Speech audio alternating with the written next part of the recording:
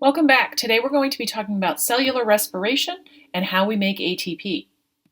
So the overall equation for cellular respiration is basically you take food that you eat, for example, all the macromolecules in a Snickers bar. It's full of fat and sugar and protein, and we use it to create energy that our body can use. So a more scientific equation would be that we take glucose, which is a 6-carbon ring, plus some oxygen. And from that, we're going to break down that glucose and we're going to create carbon dioxide waste, some water waste, and some energy. And the energy that we're going to create is actually going to be ATP. And the reason we have to do it this way is that we can't use the fat and the protein and the sugar to power our cells. We have to use the energy that's stored in these glucose molecules, in the bonds that hold the carbons and the hydrogens and the oxygens together to help us create ATP, which is what our cells actually use as energy. So just a quick review of ATP. You should remember from chapter 2 that we learned that ATP is one of our macromolecules. It's a nucleic acid, and it consists of adenine, which is a nucleotide, ribose, which is a sugar, and 3 phosphate molecules. And phosphates are negatively charged.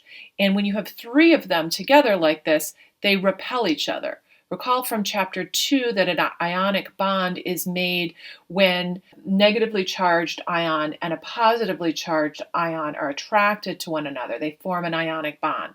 In the case of ATP, we have covalent bonds holding together these phosphate ions because they're all negatively charged, so they're repelling each other. So there's quite a lot of energy that goes into these bonds to hold these phosphates together sort of against their will. And we can use that ability of ATP to put a lot of energy into its phosphate bonds because we can store energy there. So we can put the energy in there, move the ATP around the cell to where it needs to go, and then we can liberate the energy when we need to. The way we do that is we break this bond, this 3rd phosphate bond. And when that bond is broken, it releases energy that we can use to do work in the cell. And that leaves us with ADP and that additional phosphate kind of hanging around. And it looks like this. Adenosine diphosphate only has 2 phosphates on it. That's where the di comes from. Now we want to be able to reuse this molecule again and maybe put this phosphate back on where it goes in the 3rd space there. But in order to do that, we need to get energy to put it back together again. We need to put energy into that bond. And the energy we're going to use comes from food that we eat. So really what you can think of is that when we take glucose and we break apart all of these atoms, it's almost like stripping a car. First, we're going to break this molecule in half, and we're going to release a little bit of energy. And then we're going to break each of those halves down and we're going to kind of strip off the carbons one by one. So a lot of people that first start studying biochemistry think that somehow the oxygens turn into the carbon dioxide, but that is not the case. The carbon dioxide actually comes from the glucose, and the oxygen is used to make water. And in the process of stripping this glucose molecule down, we're going to create ATP that the body can use. Cellular respiration can be broken down into 4 different stages. We're still going from glucose and we're going to break it down to get ATP. But to do that, we're going to do it in a stepwise fashion because as you strip off these molecules and break all these bonds, you don't want to do it too fast. So the first stage is going to be glycolysis. That's going to happen in the cytoplasm. And we're going to break glucose in half to make 2 pyruvate molecules. The second stage is the preparatory reaction. And that reaction is going to take off our first carbon molecule. That carbon is going to be released as CO2 waste. After we've done that, both of the remaining carbon molecules are going to go through the citric acid cycle, where we finish stripping off the carbons, oxygens, and hydrogens, liberating the energy, and getting rid of CO2 waste. And that's the third step. The fourth step is the electron transport chain. And this is really where the majority of energy is going to be created. And since it's not a very efficient process, quite a bit of the energy that we initially started with in your candy bar that you ate, for example, is going to be lost as heat. Before we go through the specifics of each of the steps, I wanted to go through the structure of the mitochondria because it does come into play. Now, the mitochondria has kind of a different structure than most organelles. It has an inner membrane, which is a phospholipid bilayer, just like all membranes in the cell. And then it has an outer membrane, which is around the entire organelle. And between the inner and outer membranes is this thing called the intermembrane space. So that's down here. You can also see it up here. And we're going to use this holding tank space later when we talk about the electron transport chain. So inside the inner membrane is the matrix, and between the two membranes is what we call the intermembrane space. Okay, let's talk more about the specifics of our stages of cellular respiration. Cellular respiration can be broken down into 4 different stages. We're still going from glucose, and we're going to break it down to get ATP. But to do that, we're going to do it in a stepwise fashion, because as you strip off these molecules and break all these bonds, you don't want to do it too fast. So the first stage is going to be glycolysis. That's going to happen in the cytoplasm. And we're going to break glucose in half to make 2 pyruvate molecules. The second stage is the preparatory reaction, and that reaction is going to take off our first carbon molecule. That carbon is going to be released as CO2 waste. After we've done that, both of the remaining carbon molecules are going to go through the citric acid cycle, where we finish stripping off the carbons, oxygens, and hydrogens, liberating the energy, and getting rid of CO2 waste. And that's the third step. The fourth step is the electron transport chain. And this is really where the majority of energy is going to be created. And since it's not a very efficient process, quite a bit of the energy that we initially started with in your candy bar that you ate, for example, is going to be lost as heat. Before we go through the specifics of each of the steps, I wanted to go through the structure of the mitochondria because it does come into play. Now, the mitochondria has kind of a different structure than most organelles. It has an inner membrane, which is a phospholipid bilayer, just like all membranes in the cell. And then it has an outer membrane, which is around the entire organelle. And between the inner and outer membranes is this thing called the intermembrane space. So that's down here. You can also see it up here. And we're going to use this holding tank space later when we talk about the electron transport chain. So inside the inner membrane is the matrix, and between the two membranes is what we call the intermembrane space.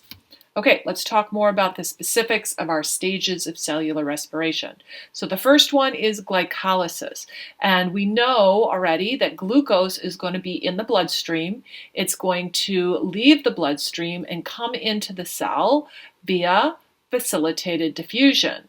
Why do we need to use facilitated diffusion? Because glucose is a large molecule. It has a lot of carbons, it has a lot of oxygens, it's got a lot of hydrogens, it forms hydrogen bonds. And so that kind of thing can't come directly through the plasma membrane. And we're going to break down glucose into pyruvate. So what does that mean? We have 6 carbons in glucose, and we're going to basically break it apart, and we're going to form two 3-carbon molecules. So you still have your 6 carbons. We haven't gotten rid of any carbons yet, but we now have 2 pyruvates. In the process of doing this, we have produced a little bit of ATP, not much, but a little bit, only 2 ATP. And we have also produced some energy. So the energy that gets released is in the form of electrons. And what happens is that the electrons get picked up by something called an electron carrier, and it's almost like a shuttle. And that shuttle is going to take those electrons to the electron transport chain, which again is the 4th step in cellular respiration. Now, because the electrons are negatively charged, we're also going to have 2 hydrogen ions hop on the bus with our electrons. They are attracted to one another because of their opposite charge. The electron transport chain is going to receive 2 electrons and 2 hydrogen atoms from glycolysis. So the net product is we have 2 pyruvates. Those are our 3-carbon chains, a couple of ATP that got released, and some electrons. The second stage is the preparatory reaction, and this happens in the mitochondria. And this only happens when oxygen is present. We don't need oxygen in this particular stage, but we will need it in the electron transport chain. So it doesn't make any sense to go forward with preparatory reaction when there isn't any oxygen present. Remember that glycolysis happens in the cytoplasm, and it does not need and does not require oxygen. So anaerobic organisms or even your cells in an anaerobic environment can produce a little bit of ATP, but not really enough to sustain life. So we do need oxygen to move forward. And what the preparatory reaction does is it gets the pyruvate ready to go through the 3rd stage, and it does this by removing 1 carbon. We started out with a 3-carbon pyruvic acid, and we end up with a 2-carbon acetyl-CoA. Just know that 1 CO2 per pyruvate is removed, and that is excreted as waste by the respiratory system. When we do that, we're also going to release a few electrons, and so those electrons will hop on the transport shuttle, and hydrogen ions will be attracted to them and will also hop on the electron shuttle, and all of those will be brought to the electron transport chain, which again is the 4th stage in cellular respiration. So we're ready to talk about our net products, which would be 2 acetyl-CoA, that's these 2 carbon molecules, a couple of electrons, and a couple of carbon dioxide molecules are released as waste. In the citric acid cycle, our 3rd stage, that's also going to happen in the mitochondria. And we're going to basically finish stripping down the glucose molecule. And so this is basically going to remove the rest of the carbons, the oxygens, the hydrogens, and all the rest of that. So you're going to end up with quite a bit of CO2 waste from the citric acid cycle. And again, the CO2 waste came from glucose, not from oxygen. This stage also produces 2 ATP and some electrons, which get picked up by high-energy electron carriers, which also pick up some hydrogen ions, which jump on board because they're attracted to the negative charge of the electrons. And we're going to take all of those to the electron transport chain. So in all 3 stages so far, we have sent shuttles with electrons and hydrogens to the electron transport chain. The electron transport chain also happens in the mitochondria. All of the electrons are coming here, and it is an aerobic process, so we need oxygen. Without oxygen, this is the part that slows down and stops. And without electron transport chain, we don't produce enough ATP to sustain regular cellular function. So you can see that glycolysis produces like a few ATP. The citric acid cycle produces a few ATP. It's really the electron transport chain that is going to produce the majority of the ATP that we get from glucose. So between 32 and 34 ATP per molecule of glucose. Let's go back quickly and review the structure of the mitochondria. So the electron transport chain happens here across the inner mitochondrial membrane. So we're going to start with all those hydrogens and electrons in the matrix. And we're actually going to do some stuff with those hydrogens and those electrons, and we're going to pump the hydrogens across that inner mitochondrial membrane and get them stuck in this intermembrane space. So let's talk about how that happens. So here we are looking at a very extreme close-up of the mitochondrial membranes. So this is the matrix. This is the part on the inner part of the mitochondria, and the intermembrane space is actually in between the two membranes. And then on the other side, this is mislabeled. On the other side, this is actually the cytoplasm. And what we have is we have a bunch of hydrogen ions up here that are stuck. They can't go anywhere. They can't leave the mitochondria because they can't diffuse through this plasma membrane. Remember, it's a semi-permeable lipid bilayer, and because hydrogen ions are charged, they can't leave. And it can't come back into the matrix by diffusing through the membrane because, again, it's charged. So we have a gradient of hydrogen ions that goes from high to low. Now what we can do is, as these electron carriers drop off their electrons, they're also going to be dropping off their hydrogen ions. And if you notice, there's 3 little transmembrane proteins that go all the way through the membrane, and they're actually hydrogen pumps. And their job is to pump hydrogen ions across this membrane.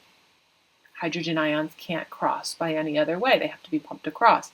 And we're pumping them against their gradient. So we're going from kind of a low gradient, or low concentration, to a high concentration. And whenever you go from low to high, we call that active transport. And we need some type of energy to make that happen. Sometimes you use ATP, but in this case, we're actually going to use electrons. So the electrons have quite a bit of energy in them. And when the electron binds to the first protein, it gives off some of its energy and allows this protein to pump the hydrogen against its gradient. But then that electron gets transferred. Remember, we call this electron transport chain. It gets transported from the first protein to the second protein. And so now we have an electron over here, and it still has a little bit of energy. So it's able to pump hydrogen, another molecule of hydrogen, against its gradient. And then that electron gets transferred to the third protein, and we pump a little bit more hydrogen against its gradient. So why is this happening? Why are electrons going from one to another to the third protein? Well, it's because each protein is increasingly what we call electronegative. Now remember, we talked about electronegativity when we talked about chemistry, and we talked about water, and how water is a polar molecule because the electrons that it shares with hydrogen are more attracted to oxygen than they are to hydrogen, and oxygen is more electronegative. And each one of these proteins is more electronegative than the one before, until finally you're going to have the most electronegative thing at the very end of this electron transport chain. So you know how we need oxygen, right? We all know oxygen's important and you die without it. What is it actually doing in the body? This is what it's doing. It is the final electron acceptor for the electron transport chain. So once that electron goes to the third protein, there's nothing more electronegative than oxygen. And so oxygen will accept this electron, and in doing so, creates a chemical reaction that forms water. And that keeps that electron moving through this chain. Without oxygen, there's no final electron acceptor. And so this all gets backed up and we no longer pump hydrogen. So you know this gradient is pretty important. So once we've established our hydrogen gradient, we have a special type of protein called ATP synthase. ATP synthase is sort of like a water wheel.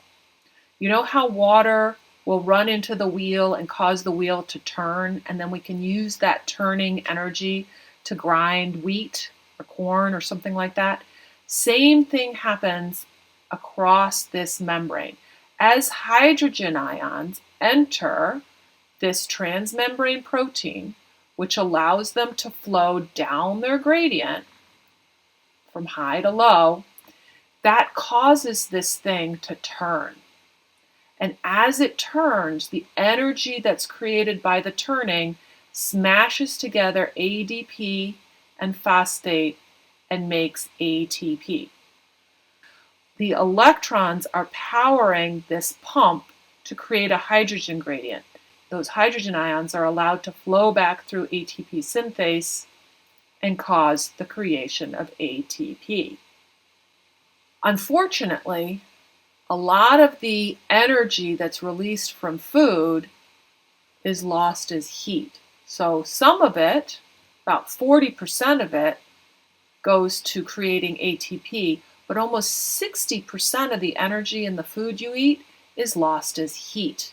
This is why when you are well fed and you had a nice meal, you feel all warm and cozy and tired. But when you're hungry, it makes you feel cold because you don't have a lot of energy being released as heat to keep you warm. That's it for cellular respiration. We'll come back to that concept later. See you in class.